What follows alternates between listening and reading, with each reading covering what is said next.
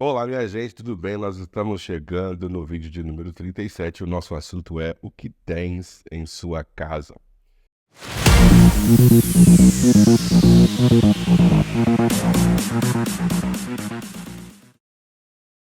O texto bíblico que nós vamos utilizar hoje está registrado no segundo livro dos Reis, no capítulo 4, versículos 1 e 2, e diz assim: E uma das mulheres dos filhos dos profetas clamou a Eliseu, dizendo: Meu marido, teu servo, morreu, e tu sabes que o teu servo temia o Senhor. E veio o credor para levar os meus filhos para serem servos. E disse-lhe Eliseu: Que te hei eu de fazer? Dize-me o que tens em tua casa. E ela disse: Tua serva não tem nada em sua casa, senão uma botija de azeite. Quando a viúva dessa passagem contou ao profeta o que lhe havia acontecido, ela mencionou que o marido era temente ao Senhor, fazia parte, estava conectado ao time de profetas, mas ela estava correndo o risco de perder os filhos, porque o credor queria levá-los para serem servos por conta de uma dívida que o marido deixou. A realidade dessa mulher não é muito diferente da realidade de muitas pessoas hoje, com exceção de levar filhos para serem servos. Mas a realidade é que muita gente vive presa a dívidas.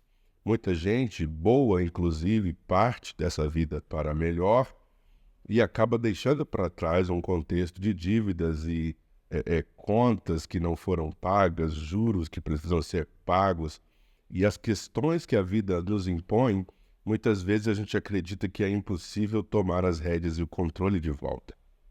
Então, a abordagem que eu trago hoje para nós, do que diz respeito a usar essa mulher como um exemplo, e a pergunta do profeta, o que tens em sua casa, é porque muitos de nós estamos procurando, com muito desespero, soluções fora da nossa vida, fora da nossa casa, fora da nossa essência, sem muitas vezes ter a mínima ideia de que aquilo que nós estamos procurando pode estar dentro de casa. Eu quero utilizar esta mulher como um exemplo, porque ela, na sua pressão de precisar pagar uma dívida que o seu marido havia deixado, ela se vê desesperada e ela faz algumas coisas aqui que para nós podem e devem servir como exemplo, porque ela procura a pessoa certa. A Bíblia diz que ela foi ao profeta e disse: Olha, o meu marido servia ao Senhor, era temente a Deus, ele andava com vocês como profeta. Só que ele partiu e as dívidas que ficaram agora estão pesando sobre mim a ponto de eu perder meus filhos. E o profeta disse para ela: O que eu posso fazer por você? Conta-me o que é que você tem em sua casa. A mulher foi objetiva na sua resposta ao dizer: A sua serva não tem nada, senão uma botija de azeite. Ela realmente entendia que nenhum dos valores que ela realmente precisava ter, nada substancial, estava à disposição. Ela reconhece que o que ela tem é uma botija de azeite e ela chama isso de senão uma botija de azeite ou só uma botija de azeite. Mas uma botija de azeite, se você consegue identificar como sendo o seu único recurso, você precisa se acalmar, você precisa sentar e você precisa identificar o que é possível ser feito com aquilo que você chama de sobra. Muitas vezes, a vida impõe sobre nós algumas pressões e por conta de estarmos sob pressão, desesperados, nós procuramos meios, outros meios, para encontrarmos a solução que tanto precisamos e muitas vezes, nessa situação, a gente acaba tomando decisões que nos trarão riscos e perdas ainda maiores. Então, pense um instante, quantas vezes você já não passou por problemas que forçaram você a menosprezar recursos que já estavam disponíveis? Talvez você diga, mas o que é isso perto de tamanha necessidade? Como foi um questionamento de um dos discípulos, quando aquele garoto surgiu com 5 pães e 2 peixes, e Jesus falou, vamos alimentar o povo. A pergunta de um dos discípulos é essa, tem aqui um garoto com 5 pães e 2 peixes, mas o que é isso para tanta gente? O que é isso para uma necessidade tamanha? Veja só, nós jamais podemos ignorar o poder do recurso disponível. Por mais que seja pequeno, em detrimento a um recurso que não está disponível. Talvez você olhe ao seu redor e veja pessoas com muito mais do que você, mas são recursos que não te pertencem. A questão é, o que é recurso meu que está disponível através do qual eu possa angariar mais recursos? Nós, muitas vezes, ignoramos o fato de que aquilo que Deus quer realizar na nossa vida, o grande milagre, a grande virada, começa com aquilo que nós já temos disponível. Não é com aquilo que ainda vamos perseguir, vamos tentar angariar para darmos os nossos primeiros passos. Talvez você queira empreender, dar início a um projeto pessoal, dar início a um negócio, mas você está esperando a melhor hora, você está esperando os recursos aparecerem. E se eu te disser que muitas vezes os recursos aparecerão depois que você começar? Eu entendo que em todo projeto há uma necessidade de um investimento inicial, capital inicial, o mínimo necessário. Mas talvez você já consiga hoje fazer um bolo para vender. Mas você está preocupada porque ainda não tem tudo o que precisa para fazer o bolo dos seus sonhos. E talvez você não precise esperar todo esse tempo para começar do jeito, da melhor forma possível. Mas você precisa começar com o que está disponível. Eu me lembro que quando eu comecei a minha empresa, lá em 2011, demorou um pouco para as coisas acontecerem e eu não tinha os recursos necessários. O Sebrae dizia que eu precisava ter 60 mil de capital inicial para fazer a empresa começar. Nós começamos a trabalhar em 2013 e tudo que eu tinha na mão naquele instante era o apoio de alguns amigos e a possibilidade de lançar o meu primeiro livro com a ajuda, com o aporte dessas pessoas. Mas o que seria o aporte dessas pessoas se eu não utilizasse aquilo que eu já tinha disponível? Ou seja, eu peguei o meu primeiro livro, o conteúdo do meu livro, aquilo que eu já tinha escrito, e eu falei, é hora de dar o chute inicial, é hora de dar um passo de fé. E eu lancei o meu primeiro livro. Logo, por mais que a gente já tenha passado aí 11 anos de operação da empresa, já foram mais de 200 obras publicadas, mas porque a gente começou de algum lugar. Então a pergunta para você, o que você tem aí na sua casa? E eu não estou falando basicamente da casa onde você mora, mas de você como ser humano, do seu coração. O que é que você reserva aí dentro que Deus pode se utilizar disso como um primeiro passo, como um primeiro projeto, para você expor aquilo que Ele te chamou para realizar e fazer diferença na vida das pessoas? Eu sei que talvez você tenha o sonho de ter um salão de beleza e você está esperando tudo se alinhar para ter um salão bonito num lugar bem legal. Mas que tal você começar a atender na garagem da sua casa? Você tem o dom, o talento, a habilidade, então esperar a melhor hora, esperar o melhor local, talvez seja o único elemento que te impede de dar o primeiro passo. Muitas vezes nós ficamos pensando, se eu tivesse, ou quando eu tiver, e nós ignoramos aquilo que já está disponível. Você tem talento específico? Você tem a capacidade de gerir um projeto? Você consegue fazer alguma coisa? Portanto, dê o passo necessário e tudo vai cair no seu devido lugar. A nossa natureza muitas vezes nos força a questionar o que não temos e a gente ignora aquilo que já está disponível. Portanto, a mensagem do profeta para aquela mulher é: o que você tem na sua casa? Você consegue fazer uma varredura, dar uma olhada dentro de si, verificar o que está disponível? Então ela diz, sua serva não tem nada, só uma botija de azeite. Que tal você olhar para as circunstâncias com outros olhos ou com os olhos de Deus? De forma que aquilo que você chama de pouco, de pequeno, mas que está sendo desvalorizado ou subvalorizado, então se torne o elemento inicial por onde você vai começar a dar passos rumo a algo maior e algo melhor.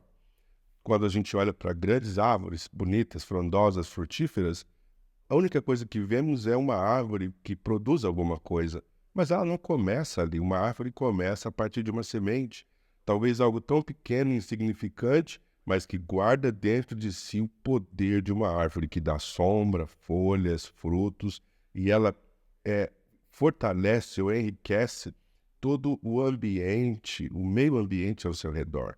Logo, se você continuar pensando, ainda não tenho o necessário, se você ainda continuar pensando, não é possível com o que eu tenho, você vai simplesmente postergar, você vai jogar para frente e você não vai dar os passos necessários para colocar em funcionamento aquilo que já está dentro de você.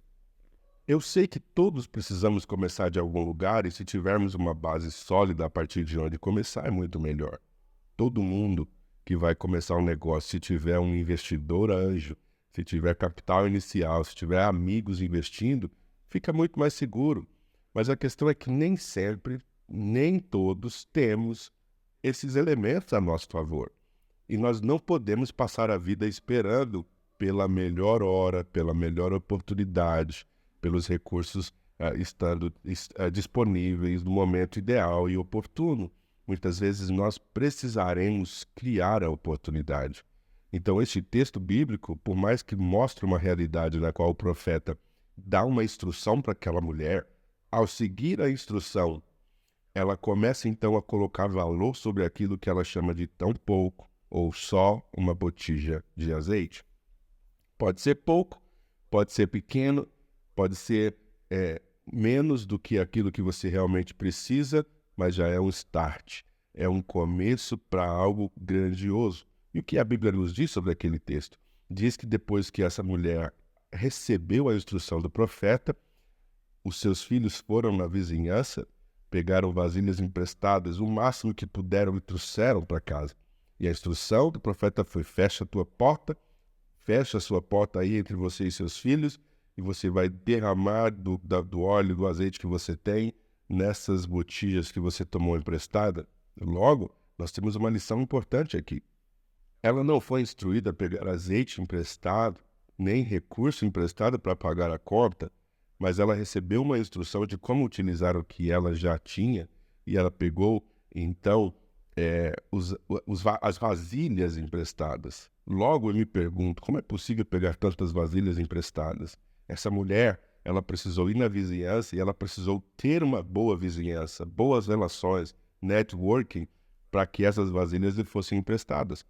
Se essa mulher é uma má vizinha, se essa mulher ela é uma mal-humorada e não se conecta bem com as pessoas, ela teria tantas vasilhas emprestadas? Então veja só, o seu negócio, aquilo que você quer ver expandir e crescer, não começa com o produto em si, mas com boas conexões.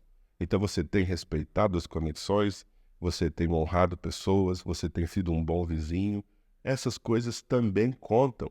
Então é o todo. Por mais que você tenha só a possibilidade de fazer um único bolo para vender, mas se você não tiver para quem vender, você vai perder todo o seu recurso.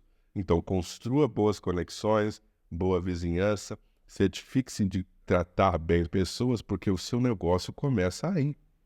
Essa conversa, ela abrange muito mais do que começar um negócio ou suprir uma necessidade urgente. Talvez arda no seu coração o projeto de um ministério, mas você está preocupado porque você não tem as pessoas ainda disponíveis, você não tem uma grande congregação, sua igreja é pequena, seu departamento é pequeno, seja lá o que for. Você sabe onde você está e com quem você pode contar? Porque por mais que você não possa contar com muita gente, se você puder contar com uma pessoa ou com duas, é o suficiente para você começar. Tire o foco daquilo que você não tem e coloque o foco naquilo que está disponível. E Deus vai te ajudar a crescer e a avançar a partir do cuidado e da valorização de recursos disponíveis. Eu sei que para todos nós existe o recurso ideal. Ah, se eu pudesse, ah, se eu tivesse, ah, se eu conhecesse, ah, se eu estivesse em tal lugar, se eu morasse em tal país, se eu tivesse nascido em outra família. Eu sei que tudo isso passa na nossa cabeça, mas nós precisamos ser realistas e precisamos fazer a pergunta: o que eu tenho? Quem eu sou? Com quem eu posso contar? E a partir daí você vai ter um projeto realista para desenhar e Deus vai ter algo natural para colocar o seu sobrenatural. Eu sei que a gente fala muito de milagres e de sobrenatural, mas lembre-se que não existe sobrenatural sem que você ofereça o simples, o humano, o limitado e o natural para o Deus do sobrenatural. Na maioria das vezes, não é que a gente tem poucas pessoas ou poucos recursos. A verdade é que a gente está limitado. A nossa visão está curta demais para entender que Deus é especialista em trabalhar com o nada ou mesmo com o que a gente chama de pouco e insignificante. Na realidade, Deus quer ser glorificado através de coisas que a gente julga ser insignificante. Eu tenho dado esse exemplo nesses últimos dias ao pregar na igreja. A gente conhece a história de Gideão, que é um homem valente, e a proposta que ele tem de vencer uma guerra lhe é confortável pelo número de soldados que ele tem. São 32 mil, Deus corta para 10 mil e Deus corta para 300, quando ele fala, é impossível com 300. Aí Deus fala assim, então é agora que a gente vai vencer. Porque se você vencer com 32 mil ou com 10 mil, você vai receber a sua glória. O braço da carne vai receber o crédito. Mas se for com 300, só eu posso fazer isso. Então olha ao seu redor, aquilo que você chama de só isso, se não uma botija de azeite, é o que Deus precisa, somado à sua fé para trazer à existência o que ainda não existe na sua vida. Talvez você conheça bem a história. Essa história termina com a mulher vendendo aquele azeite que foi multiplicado, devolvendo as vasilhas, pagando as dívidas e ainda lhe sobrou recurso para viver do resto. Ou seja, o que vemos aqui, uma mulher que restaura a sua família, que resgata a sua família, compra de volta o direito de cuidar e continuar vivendo com seus filhos, resgata a sua dignidade, mas ela precisou começar de algum lugar. E um lugar que a gente pode chamar de insignificante. Seja lá onde você estiver, seja o quanto você tiver, Deus quer usar exatamente isso que você tem, aquilo que você sabe, aquilo que você pode, as pessoas com quem você pode contar, para dar passos de fé que vão transformar o insignificante em significativo. O que não é tão relevante assim para se tornar algo mais do que relevante e suficiente para você cumprir o seu propósito. Deus te abençoe e a gente se vê no vídeo de número 38.